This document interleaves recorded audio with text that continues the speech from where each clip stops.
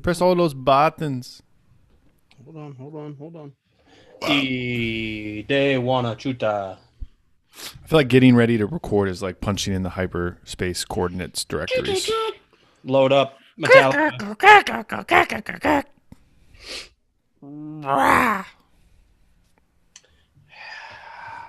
Onobongo. All right. Open phone screen. Start now. Begin. Bum, bum, bum. Bum, bum, bum. Da-da-da-da. Bum, bum, bum. Who are we? Ba-ba-ba-ba-da-ba-ba-da-na. Did I disappear? No. I see you. It's just a little darker. If you want, you must listen to the light. That makes none sense. Nonsensicals. Bruh. I feel like... Whatever. Are you scared? Are you ready? Let me record. Let me fucking square this shit away, too. God damn, which scene am I in? All right. Brennan. There we go. Record there. And a record there. Perfect. Yeah. Begin. Yes. Are you ready to take it away? Okay, kids, let's go. Away. There has been an awakening. Why won't you die? Have you felt it?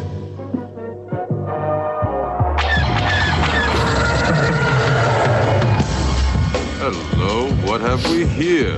Well, clearly. You guys are so funny. We used to be.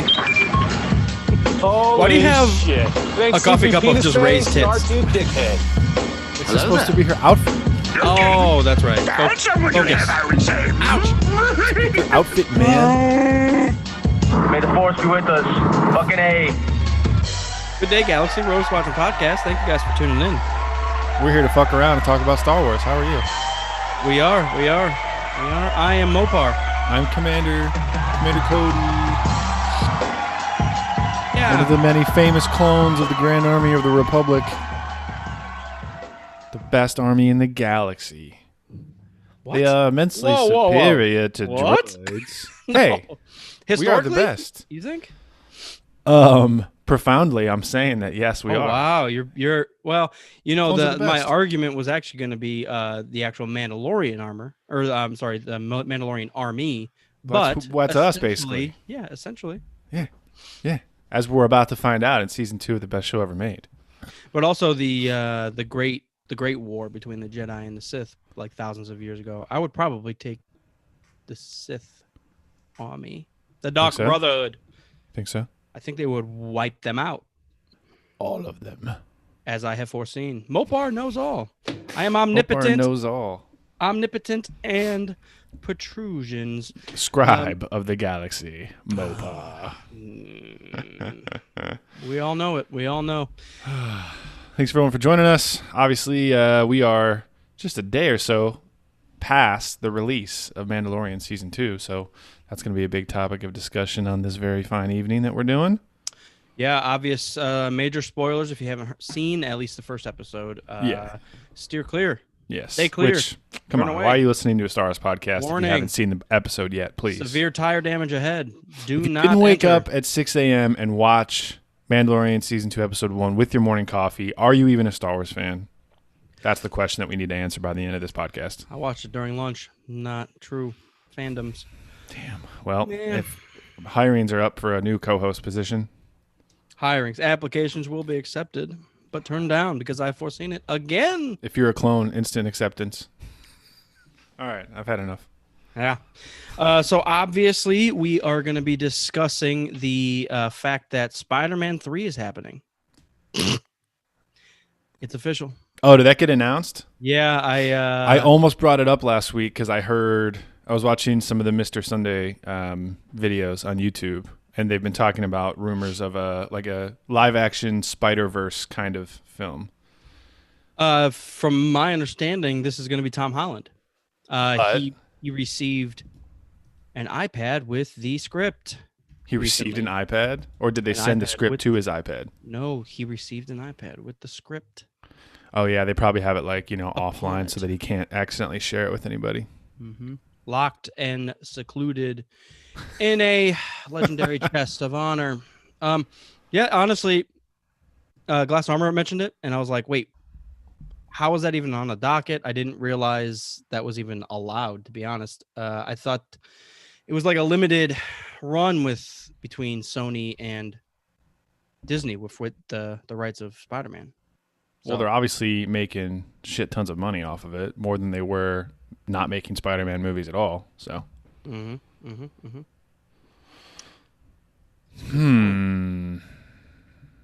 Yeah, I don't know. I don't know how the workings are, but yeah. So we have something to look forward to. I'm sure 2 years on down the line, it might be released. So, yeah. but at least something's in the That's works. fun. Well, yeah, I think, and like I said, I think obviously they're not going to tell us what's going on yet, but I think the speculation is that Andrew Garfield, Tobey Maguire can come back with the multiverse as different variations of Spider-Man. So they're going to kind of incorporate some of the plot points of Spider-Verse into this next live-action film, which could be really interesting, to see those guys come back. They've all been great Spider-Mans. You think? I think so. I mean, Tobey Maguire, definitely doesn't look like a 19-year-old, but considering those movies back in, early 2000s, I think they turned out pretty good. And I love Andrew Garfield, the character of it, but those two movies were not that great. And then, of course, Tom Holland's perfect. So it's a good combination. Yeah, I think they were all great for their own for their time period. That's Yeah, one way to Tobey say it. Maguire. I mean, I'm not gonna lie, he's the worst one. He's a 30-year-old man trying to play a teenager, and Auntie M or whatever her name is, she ain't even hot. So why am I watching this show? You take Garfield over Tobey Maguire? Yes, easily. At least he's I don't know about attitude wise. Andrew Garfield kind of felt like punky and kind of half hip and with it. Right. Just kind Yeah, of. I mean, he just a little, skateboards. Yeah, so- he was just. Yeah, I guess maybe it was a skateboarding aspect. He just felt more rebellious and solidified as a person. Yeah. So that aspect maybe not, but physically, yeah. I think he's like a scrawny. I mean, I think Tom Holland's it. He's scrawny and short. Well, I mean, But Andrew Garfield he got an 8-pack, but scrawny as far as he's not, Francis Ngannou. I know what you're saying. Yeah. Yeah. So no, I think you are a very dumb person if you say Tobey Maguire's your favorite. No, I mean everybody has nostalgia. I don't want to play into it. So, but I haven't watched those old Spider-Man films, and I won't. I refuse. It ain't gonna happen. I mean, if at this point, if I want to watch a Spider-Man film, I'm watching the new ones, and if I want something different, I'm going to be doing I don't know, Civil War, where he's in it, but fuck it. Yeah. Hey, I agree with you, man. Or Andrew Garfield. I'll go back because those were fun movies. Now, there was 3 under Andrew Garfield, right? No, just 2. They Oh. mixed the third one because the second one with Jamie Foxx as the electric guy was so bad. Oh well, I'm taken back then because I've only seen the one with Andrew Garfield. Then, I didn't even pull the trigger on the second one. I heard you. I think it was you and Tommy Boy were talking. There was 14 enemies in that one, and you're like, yeah, it's kind of just a scramble. Well, so there's a couple things going on. There was 2 main enemies in the movie, and then at the end they started teasing together the Sinister Six. So there was cameos at the end of the movie of how I don't know the Spider-Man lore enough, but how the Goblin dude gets together Rhino and Vulture and Shocker and I don't know everybody's names. Shocker, Vulture, Scorpion. I don't know. I can't remember everybody. But anyways, he was trying to wrangle them all together like some Suicide Squad situation at the end of the second one. Yeah. But yeah, Yeah. it is what it is. Now, this is kind of a tangent, but I just recently watched The Killing Joke, the animated movie. Yeah. Did you ever watch it? You said yeah. I think I did. We talked about it 3 years ago, and I'm trying to remember if I watched it or if I read the comic. Because you had a string where you were going hard on Batman and Joker comics for a while. Yeah, I mean, I just kind of caught up. Yeah, I want to be honest. I read the Killing Joke comic, and I was not as hyped as everyone made it out to be. It was fun and different, but Yeah. a little brutal. I will admit that because I mean, the Joker shows up and basically paralyzes Gordon's daughter, right? Janis Joplin, whatever her name is, Batman or Batwoman. Yes. But it's a pretty brutal scene because he takes pictures and there's a suggestion of rape in there, and it's like, fuck, we just went off the rails here in DC land. So that's why it was like it was like a turning point in like just in comics. Comics in general. Like they were able to push the boundaries, but to like suggest rape and like crazy things like that. It was great, but I mean, the film was all right. They added a lot to it. It was weird. There was a sex scene between Batwoman and Batman, and that's weird. Well, at least it suggested, and that was not in the comic at all. So, just a weird additions. I don't Isn't know. there a part where he's running through a abandoned like theme park or something? Well, yeah. So the Joker essentially he steals a theme park. This guy's like trying to sell it, and he meets up with the guy and kills him. And so he kind of takes over the theme park and has his minions running around like 2-headed, 4-tit beasts running around. And I'm not even kidding. There's just like munchkins running around. There's teapots and stuff. I think you're talking about Beauty and the Beast. They're there too. Yeah. 4-headed, 3 boobs, and fucking teapots running Clockwork around. and Candlestick. They're there too. But it's just it is weird, and maybe it was something that it was great as a comic, and the adaptation into a movie was just a little bit of a stretch. And then obviously like adding scenes to make it a film, it just didn't work quite as well. So that's all. What's up? Turkey Sandwich says, so I shouldn't watch The Killing Joke with my mom in the room. Is that what you're saying? It's brutal. It is about brutal. accurate. Depends on how old your mom is, I guess. Look, I don't want to turn anybody away from watching any DC stuff because I think the primetime DC stuff is in the animated movies. Yeah. I mean, they've been doing that very well. So if you do want to dip your toes into something that's great under Batman or like Joker or any of that stuff, I would start with the DC animated animations. Films. So yeah, and it is a cool look. Like I guess maybe there was such high expectations with the comic and they didn't meet it for me. And then watching the film, it was even less. So it was kind of just a downhill slope. But it still holds up, I think. When did this goddamn comic come out? 80s. I want to say mid 80s, 84. That explains a lot. Yeah. So that's what I'm saying. It was a turning point because it was so early on that like before that it was like Spider-Man saves the day again. Woohoo. And then like, and then it got to that point where it was like March Joker. 88. Yeah. Yeah, that comic is older than us. Yes. So that I could totally see me getting let down by something like that when it was that old. Yeah, we're old now. Yeah, I mean for me basically just shitting on it, I would suggest to watch it. I mean, at least give it a try because it's a solid disturbing and it gives a little more backstory on the Joker. At least another suggested origin story of the Joker. So right. Yeah, it's always good content. It just didn't land perfectly with me. That's all. Right. Well, that's cool. Well, at least you watched it. Yeah. And did you watch any horror films or anything? I watched Silence of the Lambs. As our buddy Steve at Revenge of the 90s has been doing I think they did 12 or 14 horror movies over the course of October. Wow. So I was listening to a bunch of the old ones because they did Urban Legend is one of those really goofy slasher movies. It's not that good, but so I didn't bother watching it, but I listened to their episode and I was just kind of remembering parts of the movie. And The Faculty with Josh Hartnett and a bunch of other people they're at a high school and all the faculty starts turning into alien slugs or something. It's ridiculous. It's awful, awful, awful, awful. Yeah, I mean the whole you lose me very quickly when you put goblins and beasts in it. It's really bad because that sort of thing can live in fantasy stuff. I don't know. I guess when you get to like fantasy horror, it's like, it's a little disconnected. When the evil person is just a guy and it's just doing fucked up stuff, that's where it fucks with me. Or or if it's hyper religious and they're like nuns and demons, and that's where it strikes a chord with me. Yeah.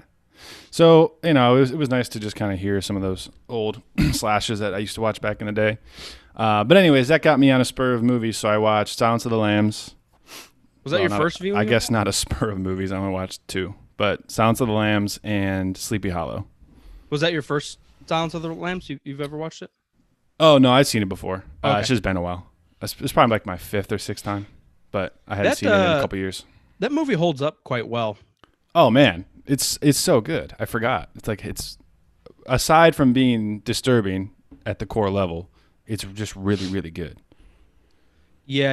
It's 1991, Silence of the Lambs. I'm not going to lie, I thought it was a little older. I thought it was an 80s movie. But 91's still back there. I mean, we're coming up on 30 years. Yep. No, very, very solid movie. One of my favorite movies has always been The Shining, and I'll put that on. I watched it last night. I just threw it on. I pay attention to it here and there. Holds up very well in certain aspects, and then in other aspects, I'm like, yeah, I'm not gonna hold anything against it, because that one was like 79. I want to say that one was old. Yeah. And the fact that they created, that was 1980, by the way, The Shining. But the fact that they created it based off of a book and still did that well is quite a stretch. So. Yeah, I watched that one after I finished reading The Dark Tower, because obviously it's based on Stephen King. So I never read The Shining. I would like to. I've heard, Me too. Issues with people, like you'll always get when there's a movie based on a book or vice versa. So people like one over the other. But it was pretty good. I wouldn't say it's like, it's probably like in like a top 5 for horror for me. Shining? Probably. Oh yeah, I think it's probably in my top 2. I love The Shining. It's just, you watch it so much. It's like listening to Dark Side of the Moon. Jesus, I listened to it all the fucking time for a decade straight. I love it, but you just it's a piece of your life, and you move on. It's nice to come back to it every once in a while. But thanks for the reminder. I got some records I need to take back to the homestead. I've been listening to vinyls. Yeah, the Doors. You got to cue them up. Doors. I was listening to Blue Oyster Cult live. Really good. That's funny. I heard Godzilla the other day. I was like, who I haven't listened to in a while? Go. They're good, man. They're good. No, Blue Oyster Cult's very underrated. If anyone's like a metal fan, they're groovy. They're groovy and heavy. Very cool. Also watched Sleepy Hollow, which is Tim Burton. That's the one with 1999. Johnny Judge Depp. Dredd. Oh yeah, Johnny Depp. That's his name. Judge Dredd. Who are we? I don't know. I've never seen that one. I've never seen that one, because there's another one with he's in a window or something, right? Johnny Depp. Isn't it called like The Window? He's in the window. I don't know. He was in From Hell about Jack the Ripper. Is that it? He was in Sweeney Todd. Is that it? I love Sweeney Todd. I watch that. I haven't seen that actually. Quarterly. But Sleepy Hollow was crazy. It's got Dumbledore. It's got Johnny Depp. It's got Christina Ricci. It's got Emperor Palpatine. It's got Saruman. Whoa! Count it's got Dooku. Palpy in it? Oh yeah, everyone's in it. I almost said Ian McKellen. Ian McDiarmid and Christopher Lee and Michael Gambon and Johnny Depp. It's a crazy cast, and it's Tim Burton, and it's scored by Danny Elfman. So it's almost like Tim Burton took all the good stuff out of like Batman Returns and Gotham and like made Sleepy Hollow like late 1700s America. It was really cool. A little goofy in parts. Oh, and Christopher Walken is the Headless Horseman. Oh my god. When his head is on, and then when his head is off and he's fucking everybody up, it's actually Ray Park, and I didn't know that until this watch through. Wow, because he's just in the suit, no head, walking around with like double axes and like fucking everybody's day up, and it was awesome. That was a nice trick. It's crazy, and I know like Harrison Ford's a part of this group, but it's crazy how like the actor becomes a character, and just like Johnny Depp, he is Jack Sparrow. It's like he had been around for 20 years, and he just struck a chord with this character, and it's like, what the yeah. He's in amazing stuff. I mean, Sleepy Hollow was like right before that. It was right on the verge. That's what I was actually just looking. Oh, here it is, 1999, Sleepy Hollow. Yeah. Yeah. I like that old. So it hit a lot of spots. Obviously, I love Tim Burton's style. Secret in moderation. Window. I'm not Secret lying. Window? Sorry, Okay. Sorry. All right. Sorry. You're good. It's okay. I knew it was John. He had the makeup on, and the window was open, and then He's it was always got closed. And makeup he's on. a writer, or he murders people. I don't remember really much of it. The One window, or the other. That's most Johnny Depp movies. Is he a pirate or does he murder people? or a little bit of both. Yeah. Yeah, a little bit of both. Go ahead. I was just saying it has like elements of like a period piece as well because it's late 1700s America. So he's in New York City for a little bit and then he goes to Sleepy Hollow. So like the old school style, like medieval buildings, old like windmills, horse and carriage, all that kind of stuff. Like really puts you in the zone. So it was cool. It's a good film. Yeah. I wonder how his music career was going. I know he was like doing music stuff and doing shows, live shows. Very, very weird. You know, when you get to that point, why the fuck not? It's like go up on stage and play the guitar, do something. Mm-hmm. Dress up as a pirate and play Hotel California. I don't give a shit. Like I'll come watch you. Yeah. Let's do it. You heard it here. Like Obi-Wan and play Obi-Wan. Freebird. I don't want to hear any more about Obi-Wan. You think Obi-Wan ever got hammered on Tatooine and started trailing off on stories? This one time Ever got hammered? I would say like how often per week did he get hammered on Tatooine? He's got nothing else to do. Just telling all the Jedi secrets to traders and spice runners. And there's a crazy old guy. He thinks he was a Jedi laser sword boy. Yeah, he's a wild man. Probably don't even know what Jedi are at Yeah. that point. The galaxy tends to forget about, Immediately. the galactic super police after like 3 years.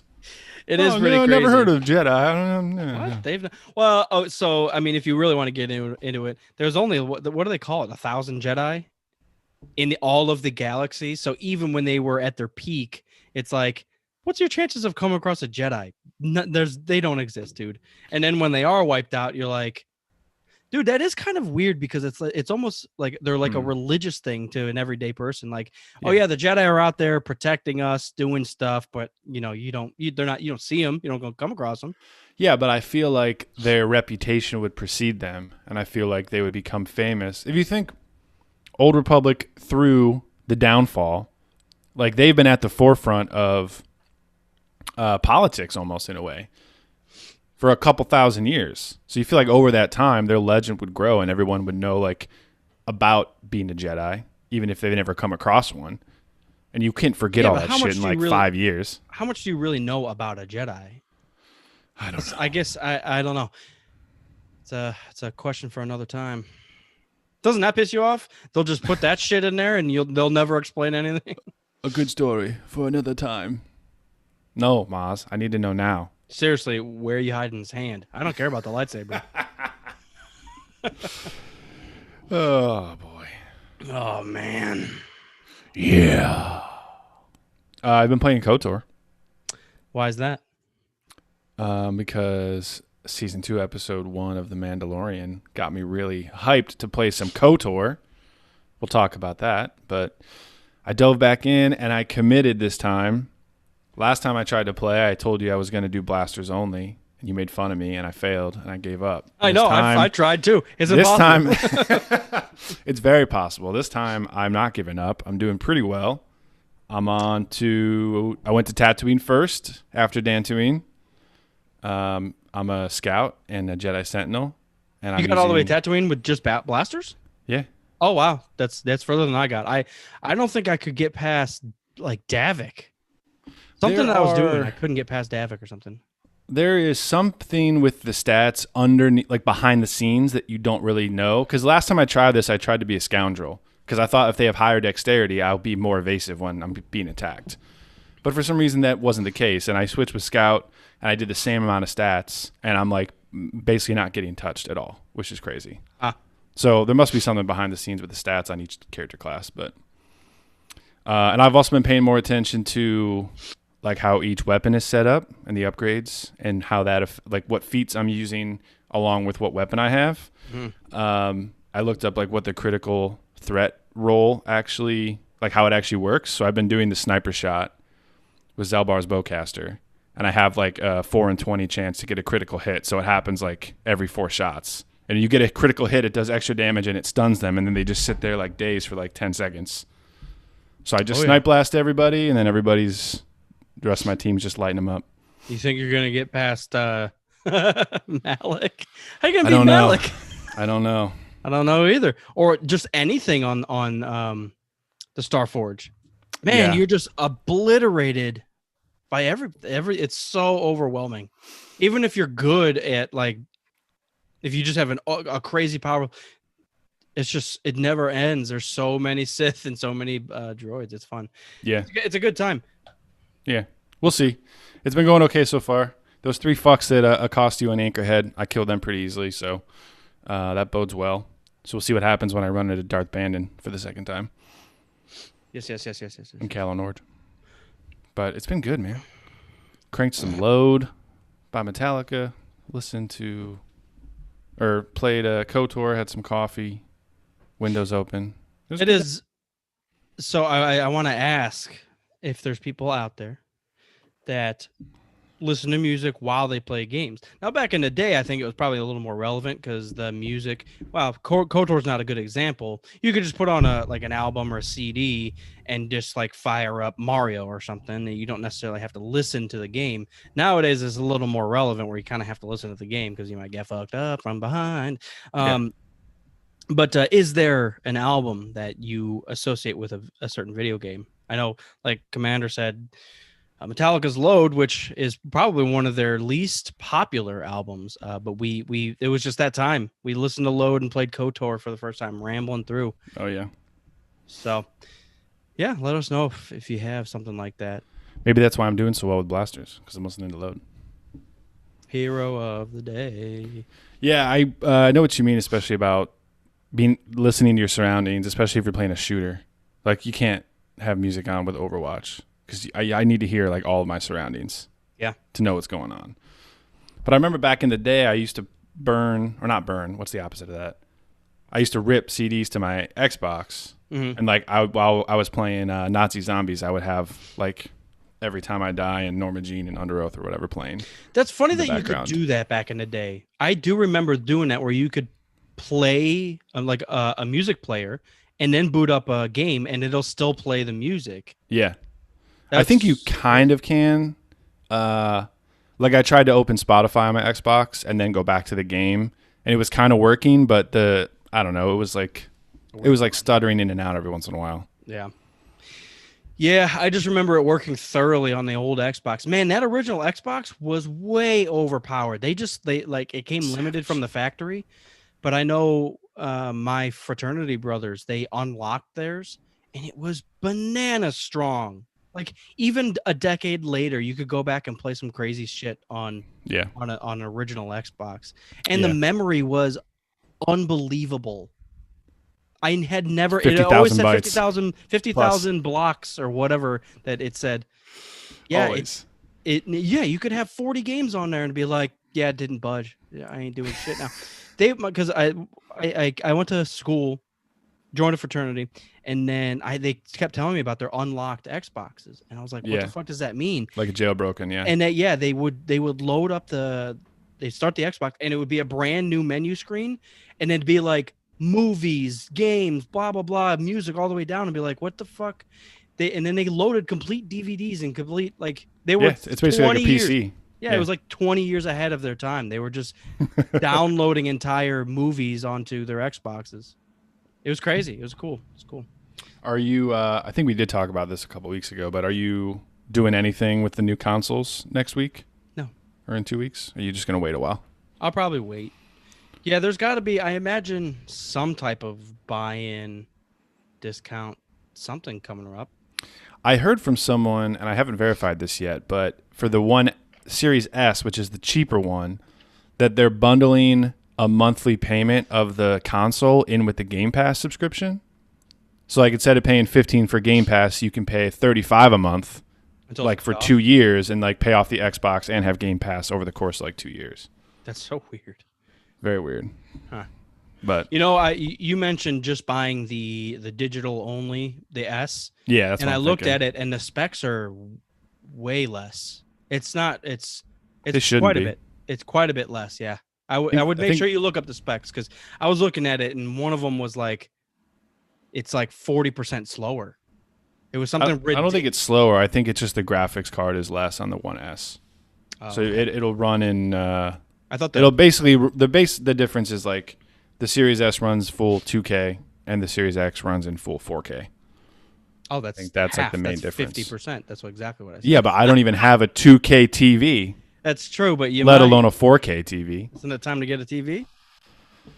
Maybe, but I don't play games on my large TV in the living room. I play games on my gaming monitor. Well, you know what our dumbasses do? We get 4K and get the X and then play KOTOR on it. Exactly.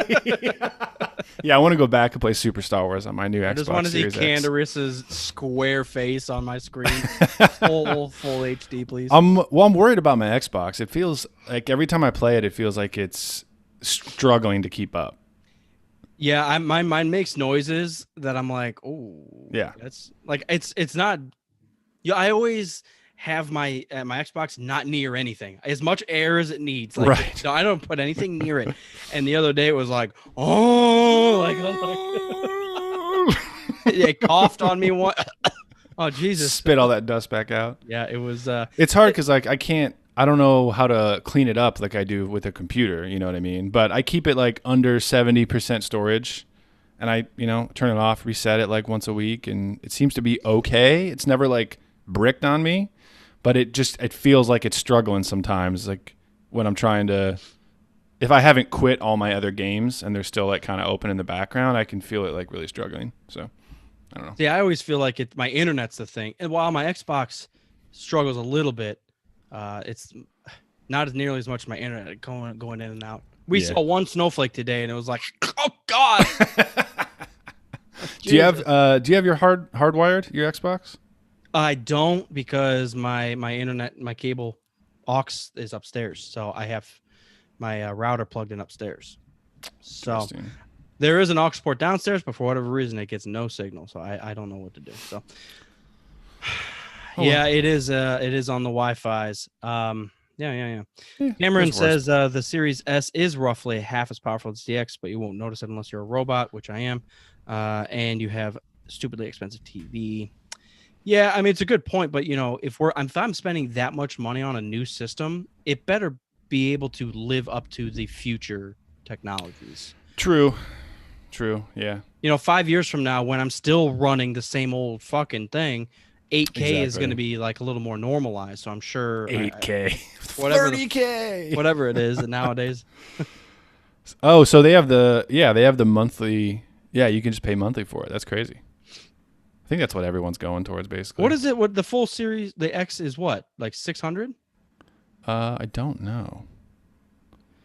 I was just going to like the compare. Storage is half, but that you can expand them. Yeah. I mean, I have a 4 terabyte thing in mine right now. I'll just use that same thing. Frame rate's the same on both. Frame rate. Processor. Teraflops. Not even fucking close. I don't even know what a teraflop does. It's as many times as you could. If you throw a grenade, it flops around. This gives you 12 flops. See, but the gaming, go down one. The gaming resolution 4K that's 4 times as much as just the 14, right? That's 4 times as 1080. This is double 1080. Oh, well, that's 150% 1080. Wait, hang on. True.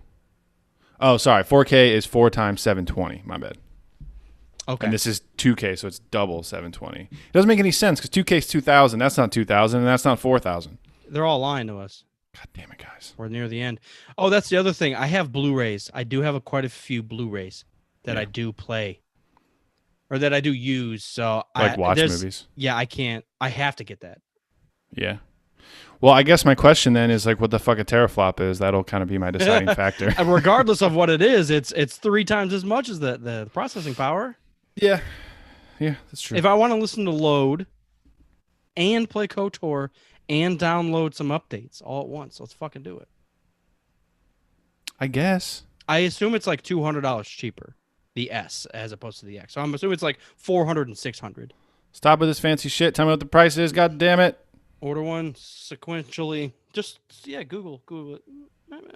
Trying. My Zoom window's in the way. I'm sure if Xbox we just Series X Pro peek over at the goddamn 500 to 2. Wait, $250 for the S. This says $299 for the S, and then $499 for the X. So it's $200 for those 3 teraflop, or for those 8 teraflops. Yeah, but 8 teraflops compared to 4. It's not just a little bit. The other thing is I can't. The Blu-ray thing is the staple, is the nail in the coffin. I can't. I have so many, like all of my Star Wars are on Blu-rays, all the Harry Potters, all the. Yeah, that's true. I just, I have to have. That's true. I know. Most now I'm loading up. I'm getting a good movie library. I just bought Beetlejuice because it was on sale. I haven't watched that in a while. The Cameron Diaz one, or the what's his name? Michael Keaton. Michael Keaton. Yeah. That's also Tim Burton. Yes. Yeah. Yeah. No, that's a classic. I just bought that, and then I just bought actually the newest Halloween. Nice. The new Thrasher, because they were both on sale with the Halloween. Yeah, I'm excited to jump into those. So, what was I just going to ask you? Balls. So when you buy a Blu-ray, most often it comes with the digital download version as well. Is that correct? If you feel buy it that way. Because I feel like with new Star Wars stuff, I'll often get the Blu-ray for just to have a collectible, and then if it comes with a download card, I'll actually watch it digitally. Well, I don't pop the Blu-ray in. Right. So if you buy the special edition, which obviously you probably would be already, but you're buying a $25, $30 Blu-ray, and then it'll probably come with a digital version. Yeah. Yeah, because I feel like I would just prefer to do that. However, it's actually what happened with the Shining movie that I got. Tommy Boy was like, "Hey, I already have this digitally, and I bought the DVD. I don't need the." So I entered it into my Xbox, and it booted it right up. Perfect. Yeah. Download. Download Supreme. Maybe I'll do that. Download Supreme. Maybe I'll do that. I don't know. Because the only Blu-rays I have are the Harry Potter series, Lord of the Rings series, Star Wars series, and then I think I have Interstellar and the Dark Knight. We all have Interstellar. I have the Dark Knight too. Actually, I have all the Dark Knight series. Yeah. So it's just those two. Yeah. The other ones that I do have the Godfather. I have the full Godfather set. Nice. Yeah, it's just oddball stuff. It's kind of a pain. It's just same as the games. I have to get up and put my shit in now. My Overwatch is the one DVD or the CD that I have left that I have to put in. Yeah. And it's like, oh my God, I gotta fucking put this in. We just watched a movie the other day. I gotta put in a movie. I got Shrek in there. I gotta and then put in Overwatch, and oh my God. If you go back 5 years, can you imagine complaining about putting a disc in your Xbox?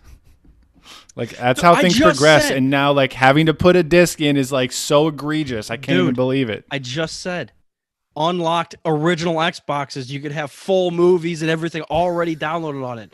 I'm telling you, it was 20 years ahead of its time. It was crazy. Early 2000s, that was the time to be alive, man. I'd love to see what a original Xbox could do today and how it would compete with the new stuff. Obviously, the graphics wouldn't be there, but I don't ever remember having a single issue with the original Xbox. It was just a fucking workhorse. I do, but it would. I guess that would be the game's fault, not the Xbox's fault. KOTOR glitched all the time. Yeah, but KOTOR's glitchy. People showed up with the no Xboxes. heads. Yeah. Oh yeah. Once cars got stuck in between, the apartments were a big ring. He got stuck in between where there's no map, and I became him, and it was just empty space. I was like, what the fuck? Him. Well, you know how you could change characters. I know, it just sounds so crazy to hear. I became him, and he was, I don't know where he was. I don't know. He was floating. He was all over the place. Yeah. Anyways. So we got to get into this, Mando. Everybody's already shut this shit off. I know. So. Brandon, Farm Boy, Turkey Sandwich, Jared. We'll talk about it. Carlos, welcome, everybody. Welcome. Thanks for chilling out in the chat. Farm Boy said, or someone said, superhero talk is an appetizer before a Star Wars conversation, is what Brendan said. So yeah. That's a good way. It's either superheroes or pizza or Xboxes. Xboxes, yeah. We got to save the good stuff for last, you know what I mean? Yeah, yeah. Yeah, I can't really, not much else is going on. I've been, it did snow today, which is weird. I know you said it tried to. We had snow. Well, I call it snow accumulation. Snow was on the ground and it wasn't melting immediately. It's probably gone now, but so that started today here. I saw Wisconsin got actually hit. They've got inches of snow on the ground. I don't know if it lasted, probably not, but We're getting there. It's already November today, as we're recording today. November 1st, yes. Happy Halloween yesterday. Do you remember those little MP3 players called hit clips? I don't think so. That's all I wanted to ask. I didn't have. What was your first CD? My first CD? Yes. I don't know my first true. I have two of them that I don't remember which one was first, but I remember buying two of them. I want to say it was Will Smith, Millennium. Oh yeah, that's a good one. And I was into the boy bands and like Britney Spears back then, so it's probably like Britney Spears and then Will Smith, Millennium. Yeah. You know what's really weird? I had a very weird upbringing. Not upbringing, but yes, we know, Mopar. I'm not a normal kid, you see. Pretty fucked up, guys. No, with music, it was really weird because like I started off, obviously our parents, your dad, my dad, listened to the same shit. It was like Sabbath, Zeppelin, all of it. Yeah. So that was kind of just in the background, regardless if I liked it early on or not, or if I would ever warm up to it. But I remember I listened to Carry On My Wayward Son. We had a record. That was the only record left, and we had a record player upstairs, and he had They all deteriorated, and there was just one left. when I was a child, I tap danced on all of them. I set them up as like a dance floor because I was just a kid. I had no idea what they were, and I literally jumped up and down on all of them, not knowing. So I destroyed my parents' entire record collection. But the one that survived was that is savage. There was a Kansas album, and it had Carry On My Wayward Son. And I mean, I'm talking probably 5-6 years old. I would go up there and I knew exactly where that song started. And I would put the needle there and just listen to it on repeat for hours up there. Yeah. And then from there, I didn't listen to anything for like 2 years. It was a void of no music. It was like, I just wasn't into music like that yet. And it takes some time. It does. And obviously, and then, you know, at some point, you know, you start asking, I went out to my dad's garage where they hang out. And I was like, hey, you have any albums that I could or CDs that I can listen to? And he handed me like Diary of a Madman by Ozzy. And it was either the Black Album or Load, one of those two. And that's where it really fucking took off. But I remember having a conversation with another kid my age. And he asked me, what music do you listen to? And I had no answer for it. Right. It was like too young, dude. It was that like in between phase where I was like, it's Carry On My Wayward Son or nothing. Like I don't know. Yes, maybe or it's the Lion Sesame King, Street. the Lion King theme. I don't like. Yeah, yeah. So it was just a weird thing. That's funny. But I do remember it was one of the two. It was either a Savage Garden album CD, which that's embarrassing.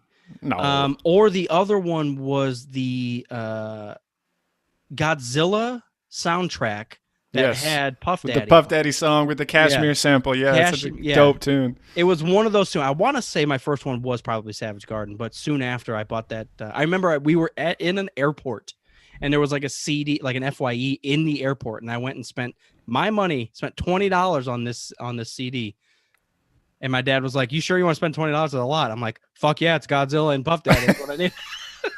For $20, yes. I'd spend $50, motherfucker. That's what man, what a trip down memory lane. Yeah, that song was so good. And that gives you an idea how old I was already. That came out in 1998, so I was already 10. Yeah, still struggling with awesome. CDs. I have a vivid memory. This wasn't my first CD by any means, but I do remember when I started to really get into music, like my 12th birthday, maybe. I asked for a bunch of CDs, and one of them was Californication by Chili Peppers, and I listened to that like on repeat. That's one of my favorite albums of all time. Over and over and over and over. I say that now, but that used to be one of my favorite albums of all time. I listened like even the in-between songs that aren't that famous were really fucking good. Yeah, that was a great album. What's like the first track? It's like Around the World. Around the World, and then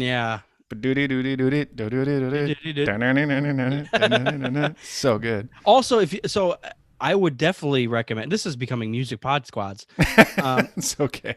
No, if you like the Red Hot Chili Peppers, but it's like a little too pop for you, go back and they are super funky. They're super like punk almost, and it's groovy as fuck. Their early stuff is crazy. It's really really fun. They did become a little more radio rock as they got older, but their early stuff, some of their early albums is like in the 80s. Like they're that old. It's like mid to late 80s. Man, I think the one getting what's memories. what's Just the looking one? back. It's like Blood, Sex, and Candy or some shit. Oh, Is it- Blood, Sex, Sugar, Magic. Yeah, that's one Yeah. of the first albums. That I listened to that a little while ago. Blood, funky Sugar, stuff. Sex, Magic. Yep. Yeah, that's the one that's got shit. It just slipped my mind. I can't think of it. Kill Younglings in Half. Give It Away, I think maybe. Oh, Anyways. it might be. Yeah, that it was. It might have been in that. We used to cover one of those songs. I think it was Give It Away. Yeah. Anyways, Squadron music casting. Back to the lightsabers. Actually, no lightsabers in this. The Mandalorian, guys. I have one more thing to say about Go ahead. music. Yeah.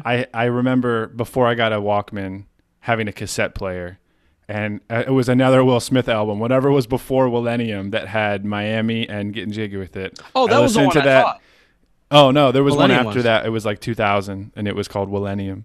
Oh yeah, Miami, Getting Jiggy with It. Nah, the bitch, yes. Wait, hang on. I No, thought Big Millennium- Willie Style was the first one. That's the one I had. Yeah, so I had that on cassette, and then one Christmas I got an upgrade, and I got a Walkman with the CD and Millennium. Isn't like the bonus song funny. on that album? It's the Men in Black, where he's dancing at the end. I can't remember. Yes, at the first one, yes, the end of it was Men in Where's Black. the men yeah. in? Where's the men in? Family Matters or something. I don't know. Good shit, man. Yeah. Did you ever see the new Men in Black?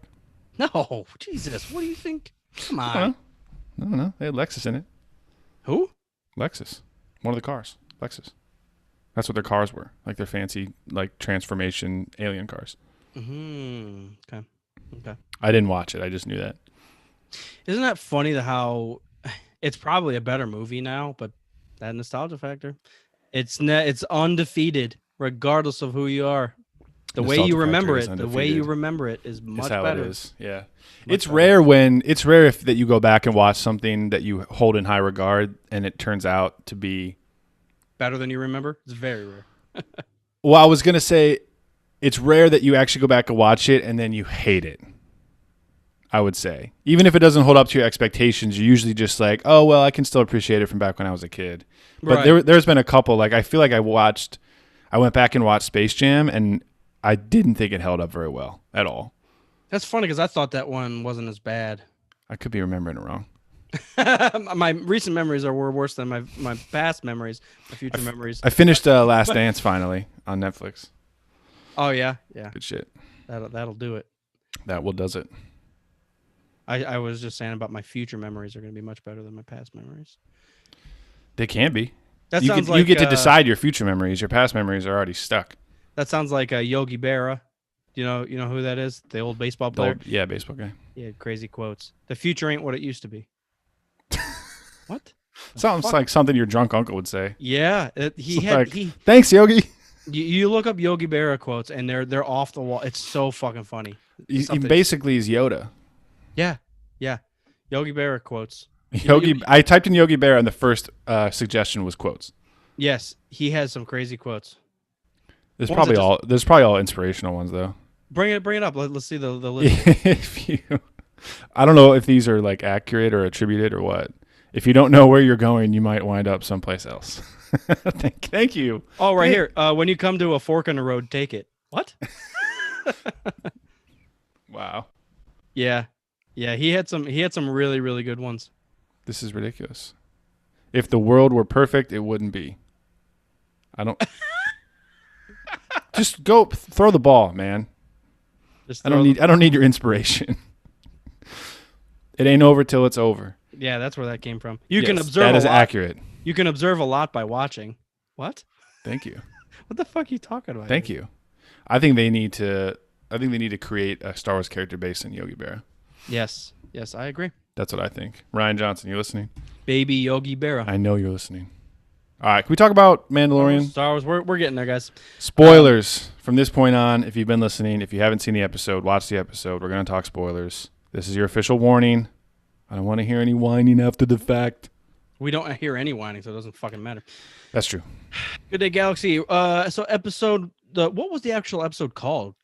It just said Chapter 9 as far as I could see. Oh, really? I didn't know if it was like the blank or something. The Beast. Let's take a peek here. The Boba. It says the Marshal. Yes. The Marshal. The Marshal. I don't know where those come from because I was looking at the the episode listing on Disney Plus and it just said Chapter 9. But now I'm seeing here on the episode list on Wikipedia that they're all from the first season. They're all labeled: the Mandalorian, the Child, the Sin, the Sanctuary, the Gunslinger. And yeah, so Chapter 9 is called the Marshal. Fun. It's a fun episode. There's a lot in there. It connects basically all of Star Wars. This is like the glue episode that'll make it'll make KOTOR fans, it'll make prequel fans, original trilogy. They shoved everything they could in this. Yeah, they did a lot. Made it mesh very well. The nice thing is, some of the stuff, I like the pit droids. It wasn't like they were shown first in this episode. They had been, we've seen them. Yeah.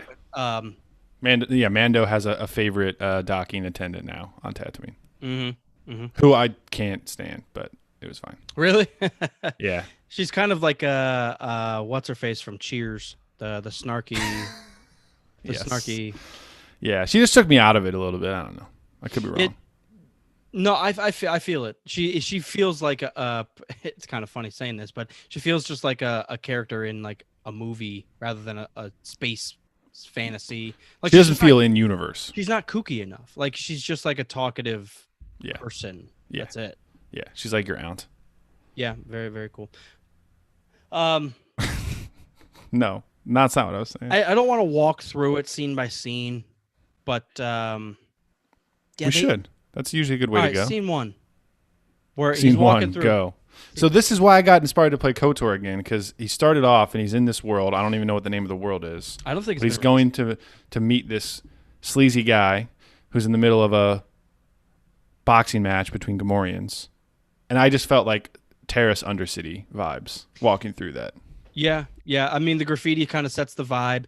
I watched it twice. The first time I didn't even see the red eyeballs floating. I was focusing so much on the graffiti. Yeah, I didn't see those until he leaves the dude. Yeah, exactly. So they do hint at those. There's like demons in the dark. Mm-hmm. Yeah, I didn't see that until the second time because I was really focusing like what's hidden in the graffiti. Like you see a little bit of C-3PO, maybe some Stormtrooper-esque stuff. Yeah. Someone suggested there was a Rebel emblem or logo in there somewhere. I couldn't find it. Possibly. And then yeah. So Undercity Terrace-esque. Very much. Does it mirror the exact first episode of season 1 where he gets into basically a bar fight and fucks everybody up? Yep.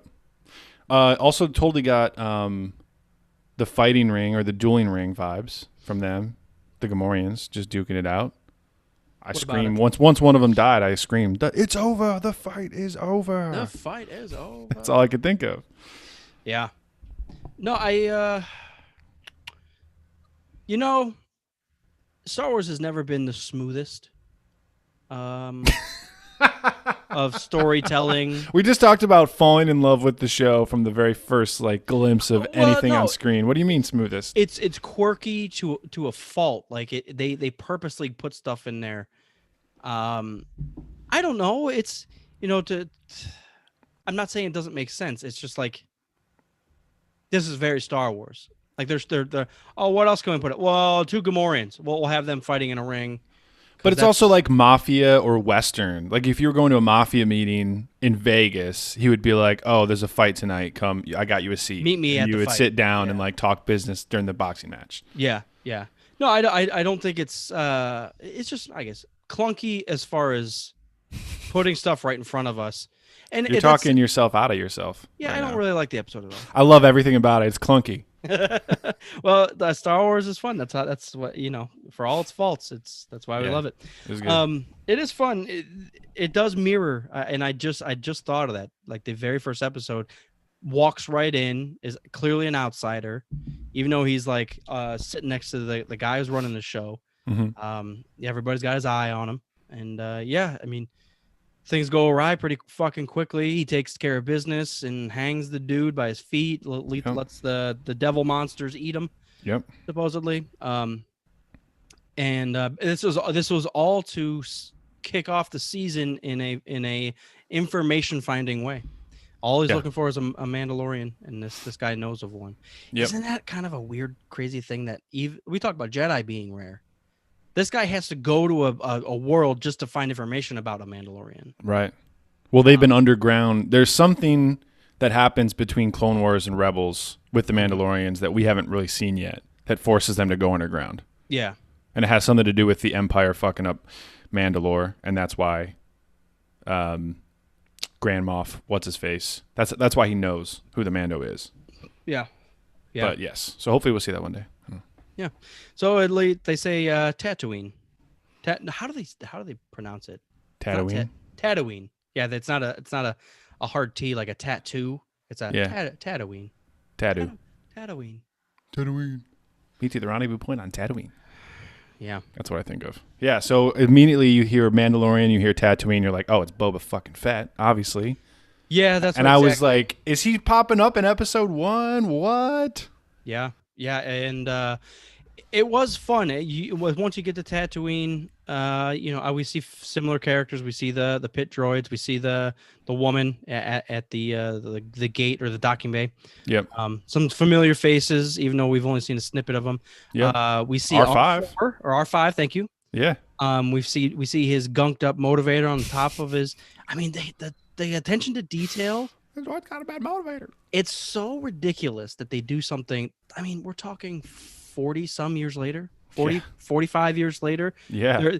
The fact that they're doing that 45 years later, what are we going to put in this fucking R5? And look, his motivator is still fucked up. Still fucked up, dude. So it's something that it binds brand new Baby Yoda lovers only and us hardcore shits that you look at the smallest little details that don't mean a fucking thing. If they really don't mean anything. Like the fact that this is R5 and his motivator is still fucked up has nothing to do with the story. Right. But he's there and you made that connection because you're a douchebag. And they do it in such a way that brand new people can just fall in love with the show, and that doesn't matter. That's just a droid with information. Exactly. But to everybody, and it doesn't detract, but for everybody else, it's like, oh God, that's R4 or R5 from A New Hope. So damn, they got some sort of formula worked out over there. Those Disney fellas. There is a list somewhere that they can just pull from. They're like, droids available. Let me pick this one. We'll pull that from this cartoon. They're still alive during this time point. He's got 3 legs now. Oh, we'll do a whole backstory how he got an additional leg on by this junker. Like it's just crazy, the connection. Well, I've often wondered about Star Wars and also about Marvel, if they have like just an information guy or girl that's on set just saying like, oh, you got to tweak that because in the comics he actually died already, so you can't use that character. Like I wonder if there's somebody just kind of like keeping up with canon that's like on set kind of fixing all that shit. Guaranteed there's a Google Drive that they can go into and search a character's name and every inkling and wherever they've been shown up, and you can just Well, Drew said that when we interviewed Drew. He said they called it the holocron. Oh, really? But this was back when he was working on KOTOR, so like 2001 and 2. I'm sure it's a lot more formal now, but yeah, what if they do just have like a Google document and it's just like it's like a list of characters, like something super basic spreadsheet, what is it, like F10 search, like Darth Maul. Just have an Excel sheet with all the characters. Yeah. Anyways, so yeah, we're back on Tatooine. What was step 1? Yeah. What was your initial thought when you heard Tatooine? Were you like, of course? Were you like, fuck yes? See, this time I didn't complain because he's looking for a Mandalorian. So I was like, oh, we're going to get right into the Boba Fett action. And I've been waiting for this since Attack of the Clones. I've been waiting to see Boba Fett again. Well, you know what? I just made a connection, and it might just be idiotic of me. Possibly. But when he was on Tatooine in the original season, that was Boba Fett standing over him, or at the end. Yeah, I guess that's kind of what was hinted at. That's the assumption. Yeah. Since he didn't have his armor, we couldn't tell, and that was the rumor. And I guess now, well, I guess we're jumping to the very end of the episode, but now seeing that he's there and he knows that people are looking for him, then I would assume that was him back in episode 4 or whatever it was. Well, I mean, I guess, I'm just kind of going through my head because I just made that connection. He's seen the Mandalorian in action. He's Mm-hmm. seen how he works. He's seen, the aftermath of what he's done, because he left that kid for dead, didn't he? And didn't they kill the? How did that episode end? She lived, but He kid left. died? He left. That young bounty hunter to like watch her, Yeah. and she was trying to like talk him out of it, and he ends up killing her. He kills her. I thought she killed him. Nah, he kills her. I think. I'm pretty sure. Correct me if I'm wrong. Oh man, Because she was trying to play like the Mando's going to turn on you as soon as you get back or whatever, and she was trying to like trick him, and he was like he wasn't Had falling enough. for it, and he just capped her, Nice. as far as I recall. But yeah, so that was the rumor. I guess you could say it's like softly confirmed that was Boba Fett all along. What's your thoughts about Boba Fett? First of all, just living through the Sarlacc pit. Like it's always been out there, but Yeah, I'm very happy. are you? I am. I really, really am. I really fucking am. You can't listen. Clone hype for me. You can't really top it. Honestly, I've been waiting for this moment for a while. We had Boba and Jango in the prequels, and then we obviously had a lot of cool Boba Fett stuff in the Legacy of the Force books, and then Disney uncanonized everything, and now we've kind of been waiting for that official stamp. Is Boba Fett actually alive or dead? And I also want to know if Boba Fett's officially a Mandalorian or not. So those are the two things that are going to get answered in this show right now. So I'm very excited. Brennan Quinn just asked any thoughts on the whole thing that Boba Fett was only listed for one episode. The actor. What if? That's all he is. Well, that's what. Yeah. What if that was it? That the reason they wanted to do that was just to show that Boba Fett's still alive, or suggest that that's. I really hope not. My guess would be they only put one episode listed just because they were trying not to give anything away. Mm-hmm. That's still my guess, and they'll probably update it once the episode releases. Do you think Boba Fett will leave planet? Like at this point, he's tracking Din Djarin because he's got his. Let's just say Boba Fett hasn't been able to track down his own goddamn armor. I mean, when you're armorless and you lose He's probably been keeping tabs on that Marshal, who has his armor from the Jawas, and he's just probably waiting for the right time. Yeah.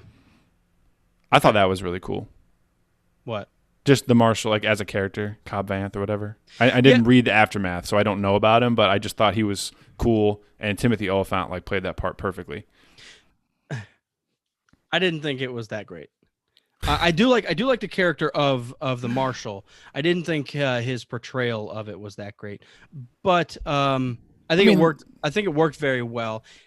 When they first showed the Boba Fett armor on the Marshal, I thought, what a goofy looking fuck! Like this is clearly not Boba Fett. Right. And I was like, I hope someone else looks better in this suit, because he looked so scrawny. Yep. And the armor looked like it wouldn't do a fucking thing. Like, then we've gotten so used to Din Djarin's being so effective, and it's like bulkier. Yeah. But Boba Fett's armor, he's got like a full slim. kit too. Yeah. Well, yeah, because you're first drawn to the helmet, and you're like, oh shit, and then you start to like get the rest of it, and all he has is the chest, the helmet, and like 2 shoulder pads. The rest of it's been, I don't know, they didn't salvage it, I guess. So he's just kind of like hodgepodge it together with some other shit. Yeah. Well, he also mentioned, because does he have the forearm stuff? Like is there brace? Yeah, because there's bracer stuff. He also, I noticed the chest plate had the numbers, the little digital pad was still working. The stock market, you could see where the Dow Jones was at. It up 20%. Oh yeah, he does have the gauntlets, because that's how he can control like the jetpack and the missile. Well, so yeah, we're jumping all around, guys. Just hold on to your butts. It's okay. What about the fact that they showed the missile being used? Oh yeah, that was amazing. Twice.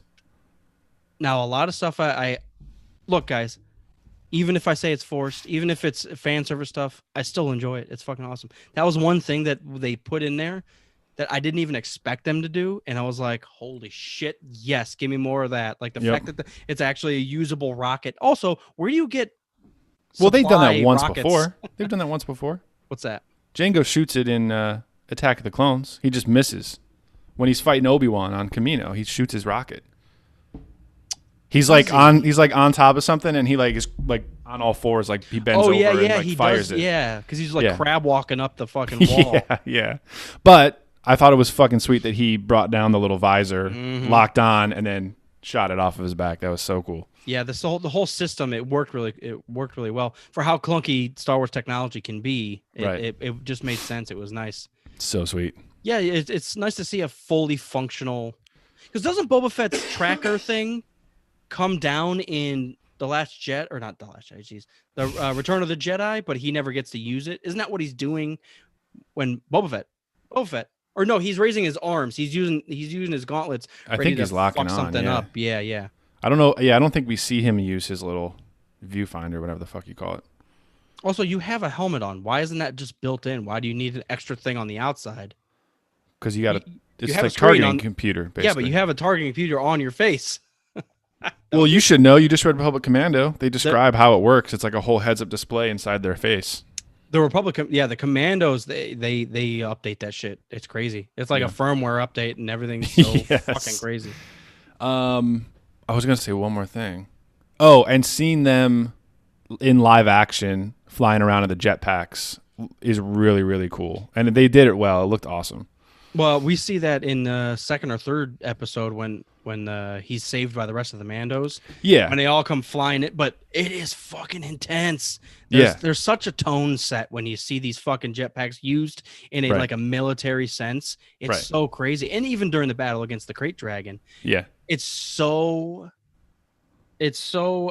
an advantage Yeah. for the warrior or the whatever you want to call your soldier. Oh yeah, you could just zip around the battlefield. Well, the fucking dragon acid breath shit that was coming out, everybody else was getting fucked. I did not expect that at all. Last on my list of what the fuck's gonna happen was And then Crate acid Dragon just breath. vomits on everybody. Oh my god, Venom or no, Well- it's not Venom. It's I thought it was just like acid, I don't know. bile, poison. I just had some bad roosters. He's just trying to season the sand people before he eats them. season them. Well, Crate Dragon is what you said. So I mean, that's huge. I feel like I don't know what the true, I don't want to say origins, but like the Crate Dragon usually wasn't an underground beast, right? Well, I mean, the only thing I knew about the Crate Dragon was literally KOTOR. Just the skeletons. And yeah, it was like skeletons on the top of the sand, or it was just like a big lizard thing, much more like an actual dragon. Right? A sand dragon makes fucking sense, dude. Makes perfect sense. Tremors. They went full. Yeah, it was like New Age Teenage Mutant Ninja Turtles, where there weren't fun-loving turtles. They're like monsters Yeah. plus a little Tremors. They took this Crate Dragon, what it used to be, made it a fucking new demon thing and put it in the Tremor sand. Yeah. And you're like, Yep. oh my god, because you walked up to the Crate Dragon in KOTOR, and while it's big, it's not like city big. size. That thing was like Yeah. a small city. Oh yeah. I'm gonna look up KOTOR Crate Dragon really quick. Well, just to also, refresh my memory. Just to add to the size of it, the fact that they suggested that it was eating the Sarlacc pit, the Sarlacc that was in the pit. Yeah, like that looks kind of goofy now. It looks terrible. They just we'll just pull a dragon image from a different game and just pop it in here. Yeah. Yeah, it's literally just a dragon.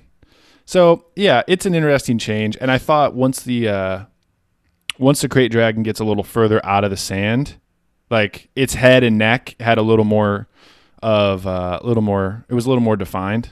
It wasn't just like a sandworm or anything.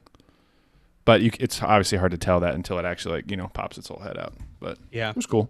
The size compared, I'm so happy they made it like, obviously they're not going to go out and make like a beast that isn't formidable. Like the Mandalorian's a serious series that if they're going to make a beast and they're going to struggle with it, it's going to be fucking formidable, and it's going to have fucking secret power acid coming out of its tongue face. That's crazy, dude. Dude, I'm telling you. So crazy. They did so well with a lot of the fan service in this first episode. The Crate Dragon alone, the Crate Dragon Pearl, a lot of the small stuff was great. But the fact that it fucking shoots acid is still blowing my mind. Like, It makes so Clunky. much sense. It's clunky. It is extremely clunky. Star Wars is clunky. What does it make sense though? For why are you stuck on the? I'm just saying, acid? dragons breathe fire. Dragons breathe ice. Dragons have that power, and this one has acid breath. Like makes sense. It's from digesting the sarlacc. Let me ask you something though. I'm ready for it. Let's do it. I'm asking you away. If it breathed fire, would you? Oh, I would have turned off my Apple TV. Really? No, I'm just kidding. I'm just being dramatic. I think if it breathed fire, I would have been 100% down with that too, because it just makes sense in my mind.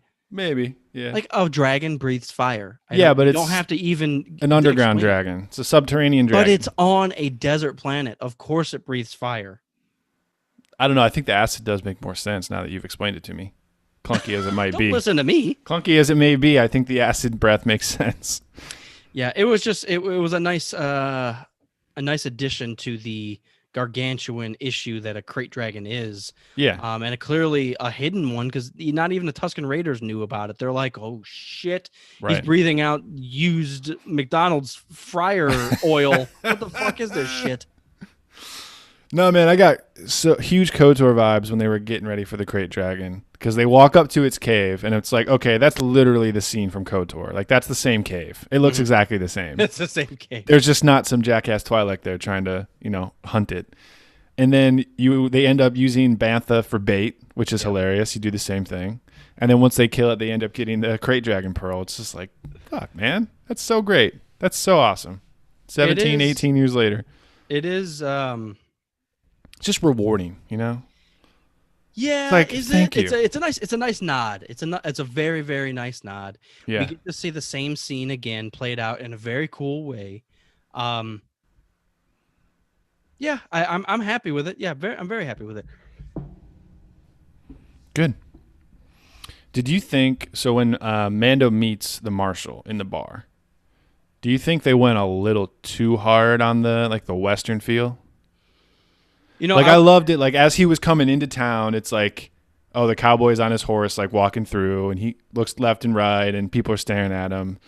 Doors are shutting and closing, whatever. Mm-hmm. But then when the marshal walks in, they're kind of staring each other down, and then they do the shot by the holster on his hip, and it's like his hand is right there, and it's like, all right, we're going straight Clint Eastwood now. Mm-hmm. I just, it was nice, but I thought, okay, it's a little clunky. Yeah, I mean, I was happy with it. I'm happy with it. Again, overall, I'm happy. Clunky / forced. That's what Star Wars is. It's gonna just they're gonna do a gunslinger episode, a fun Western. They're gonna shove it in your face, put sand and gunslinger and shootouts and small town, and it's just it's gonna be way too hard, as Brian Quinn says. It's a space Western samurai show. It is spiritually, too. And religiously and spiritually. It's a space fantasy Western Jedi samurai. It's about taxes, too. Tax, trade, federation. Taxes, about trade. A lot of it's about trade. Hey, trade and taxes and embargoes and blockades back in the Western day when they were building the railroads, that was real. So Lucas wasn't far off, let's be honest. If I had to be overly critical like Obi-Wan... And you never listen to what I'm saying? I think they did go a step too far in doing the blaster standoff inside the thing. I think it could have been nice where Din grabs him by the armor or something, by the shirt, and then the place starts rumbling. But the fact that they were ready to murder each other was right. Come on. You guys just met, and Din's not a bad guy, so he's not going to fucking murder you over this shit, which he's not even blood related to, supposedly. Right. At this point that we know. So it's That's where the interesting stuff with Boba comes in, and I'm excited to hear, because I think there's more to being a Mandalorian than the race. It has more to do with the creed. Yeah. Which I'm not 100% clear on the stipulation as far as it goes in Clone Wars and Rebels. But I feel like there's a general sense that Jango and Boba aren't true Mandalorians. They're just picking up the... Why isn't Jango a true Mandalorian? It has something to do with something that Lucas said when he was working on the Clone Wars. Oh. That they were acting like Mandalorians, but they weren't true Mandalorians. So or maybe I'm they broke off from the creed. Like Possibly. they did something wrong, and they still have the armor. And well, I think even especially the fact that Django worked with the cloners and worked with the Jedi, I think was part of the reason why he was shunned, and because they weren't supposed to do that. One, I don't think they were supposed to get involved in the political game of the Republic. So that might have been the reason that they're like, you're not a true fucking Mando. Step the fuck off. So I'm really looking forward to like a conversation between Boba and Din Djarin. Give me your something. ritual tuning fork. You got to have it back. G flat is not having it. Exactly. Yes. Yes. God, I'm telling you right now that this Mando in general, the whole series so far, has just collided Star Wars fandoms from every corner. We've got the tuning fork. We've got R5. We've got Boba. We've got the pit droids. We've got Anakin's fucking pod racer. It's all shoved. Oh, how did I forget about the pod racer dragster? It's all shoved in. We're on Tatooine again. Like, it's all shoved in. And that's what I mean by it clunky, but it's smooth. It's smooth enough in a story sense. In a story sense. I'm saying in production, it's like, what else do we have around? R5? Put them in there. Like, that feels clunky from like a setting place. But like when I first watched it, I was like, is that Anakin's pod racer? And then I thought to myself, they would do that. And then I kept looking at it. I was like, they totally would do that. Yeah. That's Anakin's pod racer. Yes. And you know what? I'm not gonna lie, it pissed me off at first. Like, I was happy. I was happy to see it. I was absolutely happy to see it on screen. Good. Absolutely. So but the fact that, of course, we have to see this again. I love that it was repurposed. I love that it's on screen. But the fact that they had to put it in and felt clunky, that's what I'm saying. They didn't have to do that. They did that because it's fucking awesome. By the way, as much as you keep talking about clunky and smooth, I feel like you have two different jars of Star Wars peanut butter, and one's clunky and one's smooth. I don't know where you're going with that. It's a whole bunch of jar peanut butter. I feel like what you're trying to say when you say clunky is that it's kind of like hodgepodge. But Forced. I think it's smooth because I forced. don't think it feels forced. It's forced. It doesn't it's absolutely forced. It doesn't feel like the doctor dude in the alley on Rogue One that says you better watch yourself. We're wanted men. Oh, it's worse. That is forced. It's worse than that. Get out of here. It's worse than that. No way. It's way worse than that. Absolutely not. Not only do we have to see R5, which is look, I like the fact that they're in. But we don't have to see R5. She just asked the droid over in the corner for some schematics. You don't know it's R5? But it is R5. You see the No, motivator. I meant we know it's R5, but it's not like, hey, everybody, pay attention. It's R5 that you all know from A New Hope. Are you kidding me? They focus in on the fucker. She says R5 and says that he's all No. fucked up. But what I'm saying is if you don't know that and you're just watching it, it's just a droid in the corner that has yes. schematics. You're right. It doesn't You're take right. you out of the story You're right. You're with right. the mere fact that they have the Easter eggs in there. I'm just saying, I love the fan service, but don't only do fan service, which is what they're doing. I enjoy it. I like it. The fact that everywhere I look is something that I recognize is fun. But I agree. But it also, every time we're on fucking Tatooine, something of Luke's, something of Anakin's, something of it's always thrown in, and you're like, dude, this is an entire world.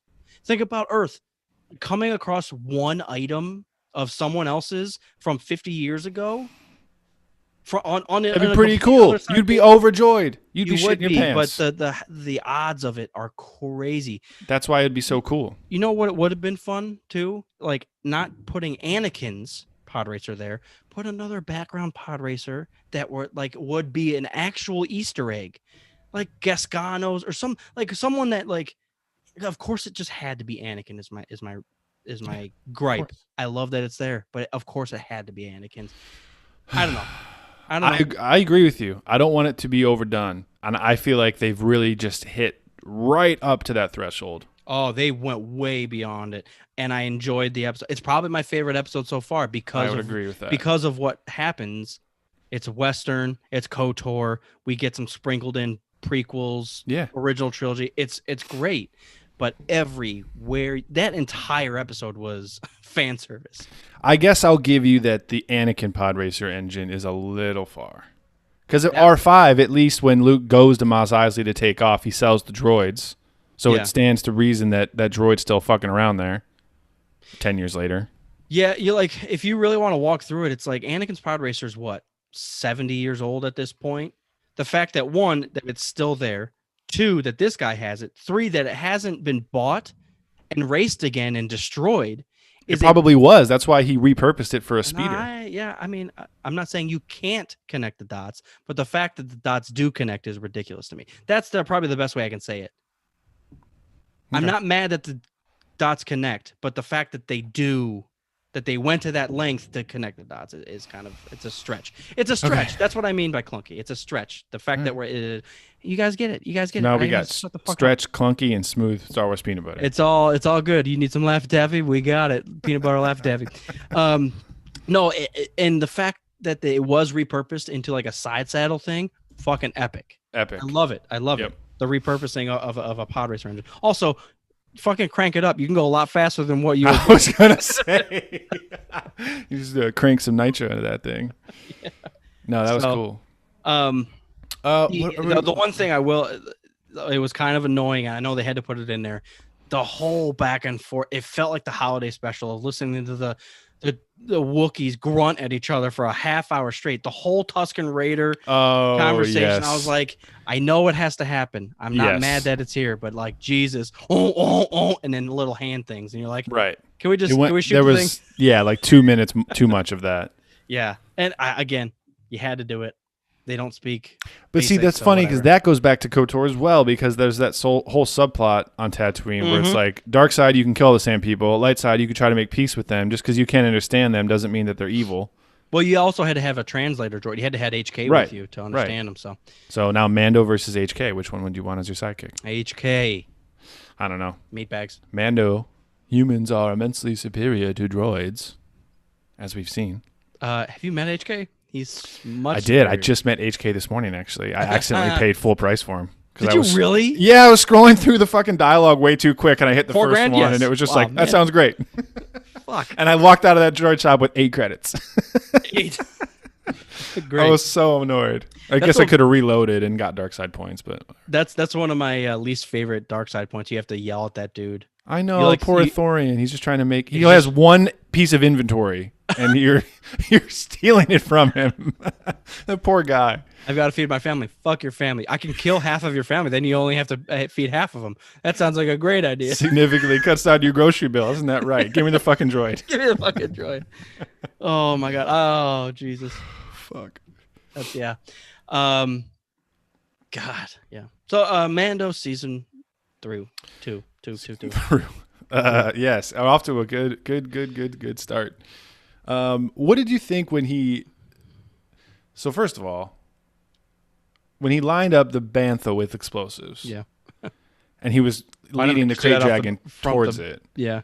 Yes, first of all, why didn't you do that to start? But second of all, I was wondering why he didn't just like wait till the crate dragon was right there and then just jetpack away, and let the crate dragon eat the bantha and then blow it up. Like, did he have to go inside of it like Boba Fett? Yeah. Well, yeah, he went straight Men in Black. K goes inside the insect. Yeah, I mean, it was a nice also callback to its own series where he uses that stun rod against that walrus that's chewing on the ship at the beginning of the first season. Yep. No, it was a nice callback. I agree. Again, of course, he had to been swallowed.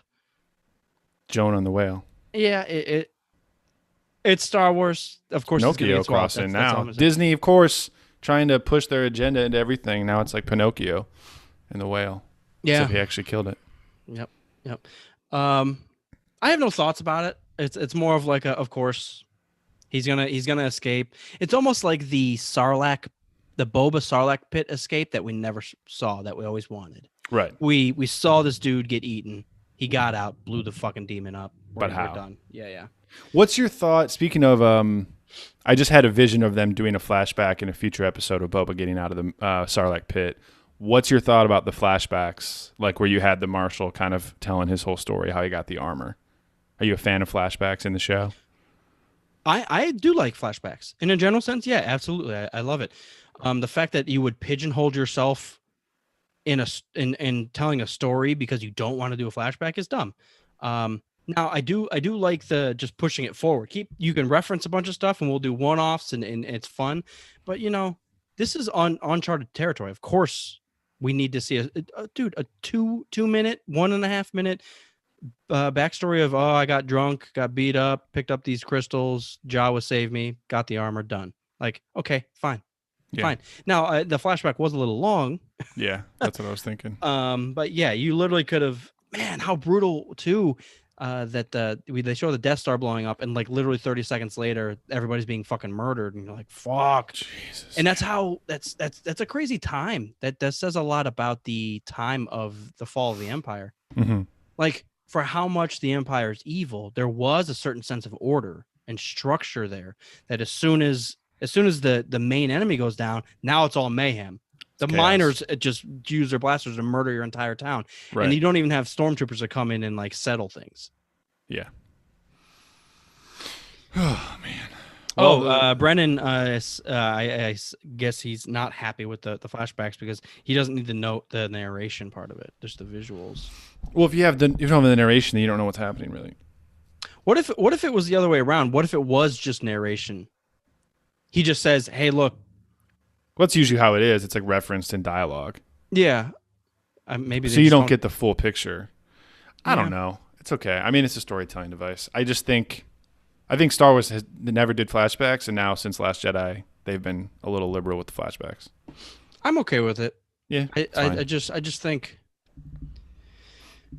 for how many characters that are going to come and go in the series of what is going to end up being the whole Mandalorian.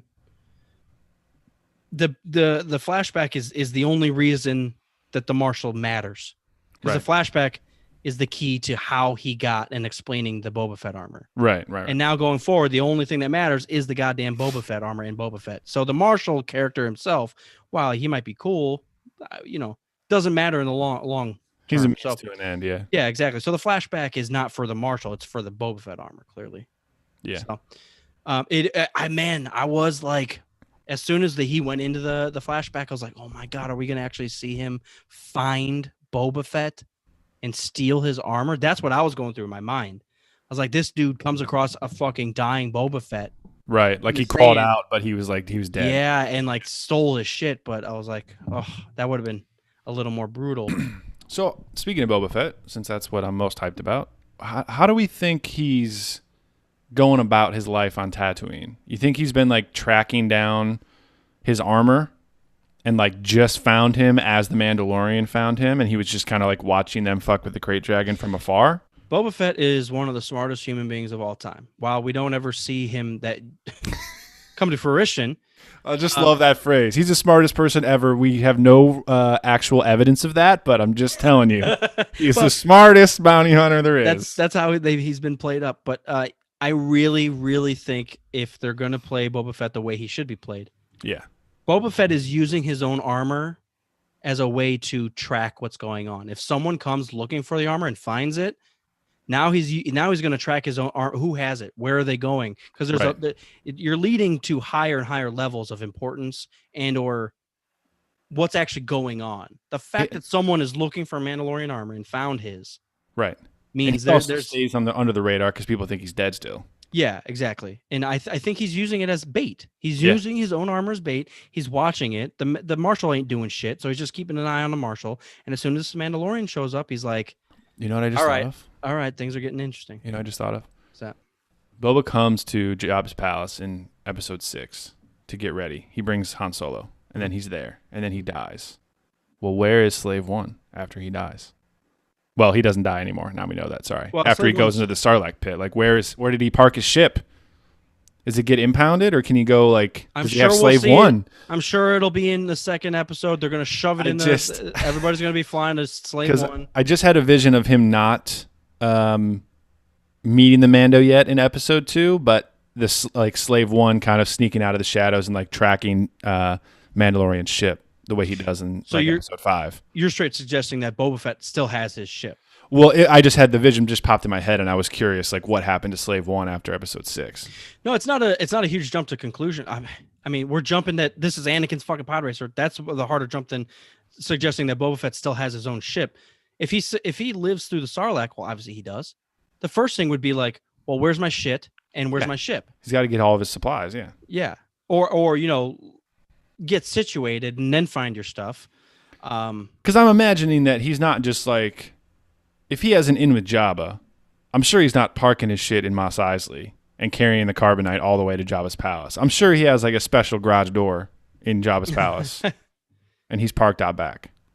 Well, Valet just like service. everybody else, you park in the outskirts and then you take a speeder in. Oh yeah, that could be true as well. Yeah, he's Can you prob- fit he a probably- carbonite slab onto a speeder? He probably hid it. He probably straight up hid it somewhere. That's what I'm thinking. In Yeah, some so canyon, and then took like a speeder on the way in. This is frozen Han. Take him up. he's fine. He's my best friend. So yeah, I mean that's just kind of what popped in my head. I was like, had a vision of the Razor Crest taking off of Mos Eisley, and then Slave One just kind of slinks out of the shadows and tracks it through hyperspace. That would be interesting. Or It's like poetry. He It's could like they pull- rhyme. he could pull a straight Obi-Wan and hide on the Razor Crest. True. I think I seriously think that could be a You brought him here to kill me. that might be it. He might literally slip onto the Razor Crest somehow. Dude, you know what? I just had a crazy fucking thought. What if he slips onto the? Go ahead. No, you go ahead. What if he slips onto the Razor Crest, commandeers his own armor, and confronts the Mando, Din Djarin, in full armor? Yeah. And it's like, hey, fucker, Well, not see how it fits me and doesn't fit you? That's why it's mine, bitch. It's missing half of it. I wonder if he has part of it. Like what, he's piece of missing it. half of the suit of armor. Yeah, was there knee pads or something involved? Or I don't know. It's the Mandalorian armor is kind of weird because it's like, yeah, that's Beskar and everything, but your arm you is know, showing. it's only half covering you. You literally, your arm, your sides, and everything from the waist down, bitch, is wide open. Yeah. Like, let me see a picture of Boba Fett here. Can I? No, now they're all Cobb Vanth. Thanks a lot. I just want Boba Fett's armor picture, like actual Boba Fett. Here you go. And the fact that this might be a stupid question. Has it always been known that Boba Fett's armor was Beskar steel? I'm just assuming if it's a Mandalorian armor, then it is Beskar. Yeah. Yeah. So like his arms and his thighs and his shins are completely exposed. Huh. I guess I never paid that much attention to it. Yeah. Versus, well, that's the Mandalorian's old armor. Where's his new shit? Yeah, I mean, bro, this is the same way. You stay very mobile, but you have, your pieces. got the giblets covered up. He does have more. It looks like more knee and leg protection, though. Do we have one of him standing here? Yeah, it looks like he has at least like shin guards of some. Yeah. I was curious if Boba's like, if he was missing part of it, or if he was gonna like try to hodgepodge it together with some old shit. Mando's probably got his old armor laying out on the ship somewhere. How do you feel about, if I had to ask you, Mudhorn or the Mythosaur? Which one do you like better? Oh, I mean, the Mythosaur is cool, but the fact that there's a signet and a whole ritual behind it, and he got it for a reason because that was part of his like quest to find the child, I thought was fucking cool. Like, if that's the rule for the Mandalorians, then now we're assuming that Boba Fett killed a Mythosaur at some point. Or did something along those lines. See, I like the Mudhorn, man. I do. Just physically, for aesthetic reasons. I love the way it looks. Man. Yeah. It's cool. The meaning behind it just adds to the lore, but the cool. Mythosaur is just like a skull. The Mudhorn is like, Oh, Brendan's pulling up information from Battlefront 2. Slave 1 is on Takodana in Maz's palace. So he still has to have the ship. Yeah, because he's tracking Han Solo again, right? In the campaign of Battlefront 2, when you play as Han Solo for a little bit. I have no fucking clue. He's already separated from Leia, and he's getting drunk on Maz's palace, and then he has to escape in the Falcon. Slave 1 is there. And then when you play the multiplayer map on Takodana, Slave 1 is parked there in that one little area. But that's near episode 7. We're way beyond that, right? Like, because Mando's happening like 10 this years is- before that, right? Correct. Yeah. So, but I'm assuming based on that, then he does have Slave One. He and does he gets get it it back back at some point. Yeah. He does get it back at some point. So maybe we'll see that in the show. And obviously he gets his armor back too. That's Yeah. what we're suggesting. So Yeah. I'm ready. it's there in canon story mode. Yeah, is that really a canon? I don't know. It is. So speaking of Battlefront 2, let's look ahead to the rest of the season. Any surprise cameos that you're predicting? Obviously, we know about Ahsoka and Bo-Katan, but there's also been speculation of Iden Versio making an appearance. I think that'd be pretty interesting. Luke Skywalker, young version recast. This is how good they're doing. I have no idea. I really have no idea. They could literally pull from any fucking where. That's true. If they put Luke in there, I wouldn't be surprised. They did the ballsiest move of all time and put a fucking baby Yoda in the very first episode. Right. I mean, he's like the second main character. Yeah. No joke. I would have thought they would have put Luke Skywalker in this by now instead of a goddamn baby Yoda. I can't. Also, yeah. Also, yeah. If you had pitched that idea to me before Mandalorian came out, I would have laughed you out of the room for sure. I would have been like, "That's the dumbest thing I've ever heard." Is basically we're having Yaddle 2.0. Thanks a lot. That's what I would have thought, but it works. So who knows? I mean, and if I would never have guessed in a million years they would put a crate dragon in the show. That's the biggest nod. It is nice that they are acknowledging all that. The how close. Well, technically that goes all the way back to A New Hope, because there is a skeleton there on Tatooine, but more crate dragon shit that we get obviously is in KOTOR. Yeah. Well, yeah, I love the fan service. I do. It just.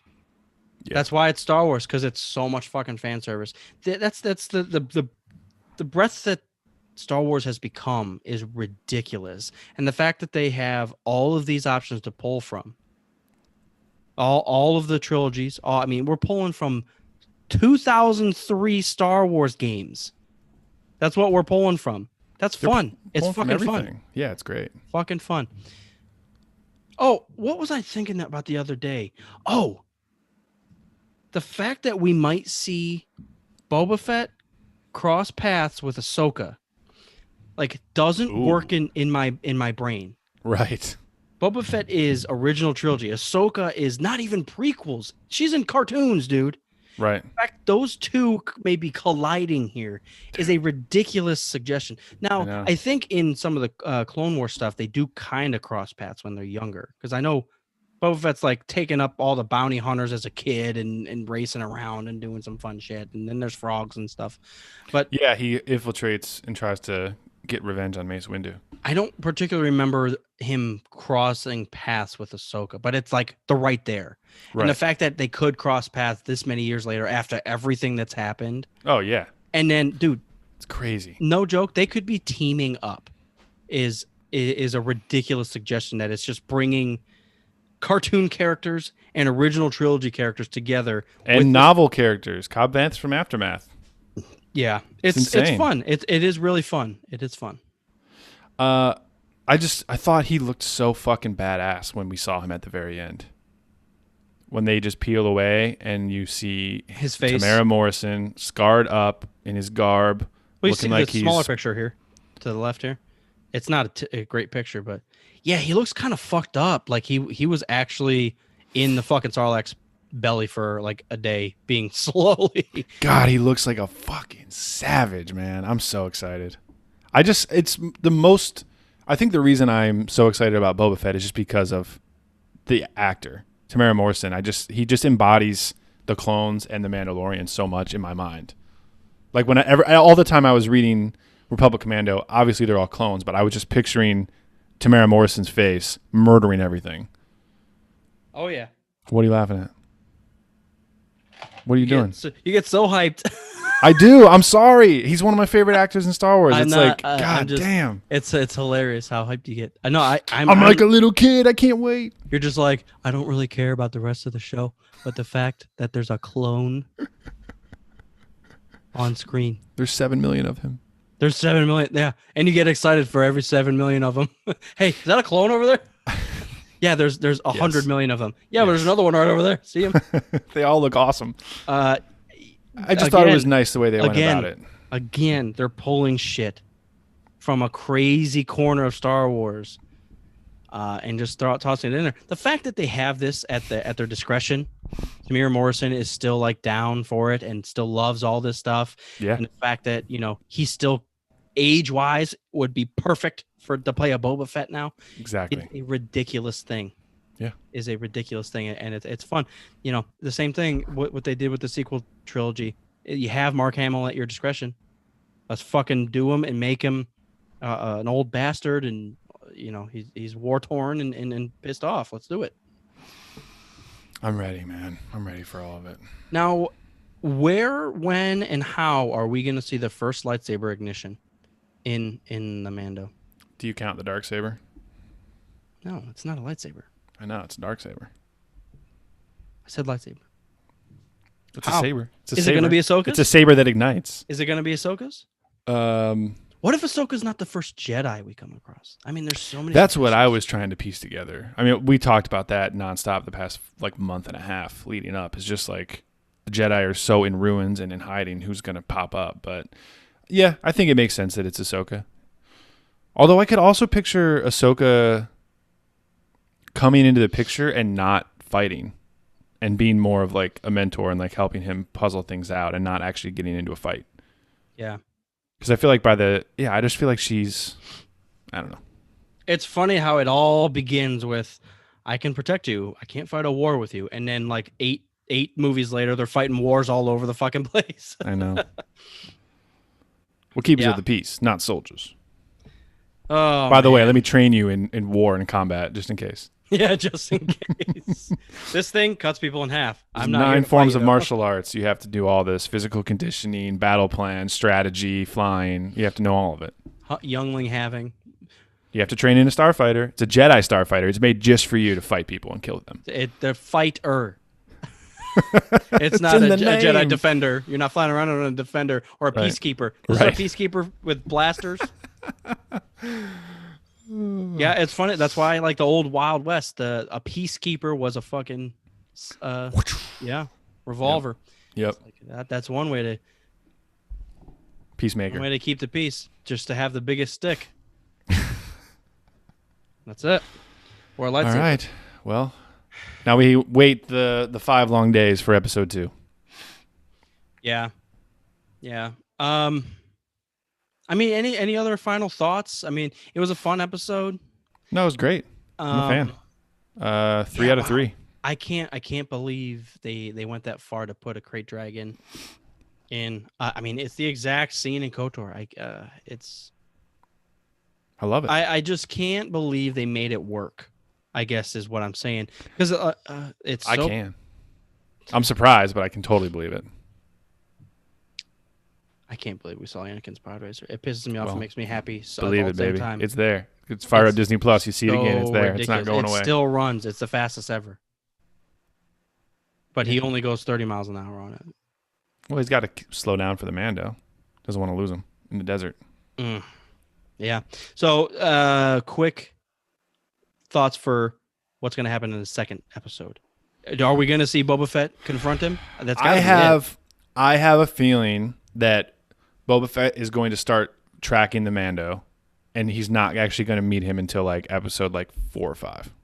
Do we know the That's my titles? The titles for the episodes yet? No, they won't. They won't release. What if they call it the Mercenary? Nice. That'd be cool. The Demon. Or the clone. The Cloner. Yeah. The Bounty Hunter. Dude, let's also not rule out the fact that if we see Ahsoka, we could possibly see Captain Rex as well. And can you imagine Tamara Morrison playing 2 roles in the same Playing show 2 at the same roles. time, No, it's a good point. like Austin Powers style? Rex wouldn't still be alive. Yeah, they confirmed through some back-ass way in canon that he's at Endor for Return of the Jedi. Oh, okay. Because Ahsoka links up with him in Rebels when he's old. Mhm. He's all white and bearded. Yeah, I remember that. So he's technically at Endor for Return of the Jedi. So a couple years after, he's still alive. So I just assumed if Ahsoka rolls up, she's probably buddy-buddy with Rex. But it's just a possibility. We'll see. But yeah, I don't think we're going to see Boba next episode. I think we're going to have to wait for the payoff. Who are other characters that are associated with Ahsoka that are still around. Just all the Rebels crew, Sabine and Rebels. Hera. Yeah, but that doesn't make me excited. To see them in live action would be fucking awesome, man. Well, yeah, no, I don't. It would be cool. I'm just trying to think. Like Ahsoka's, she's the glue.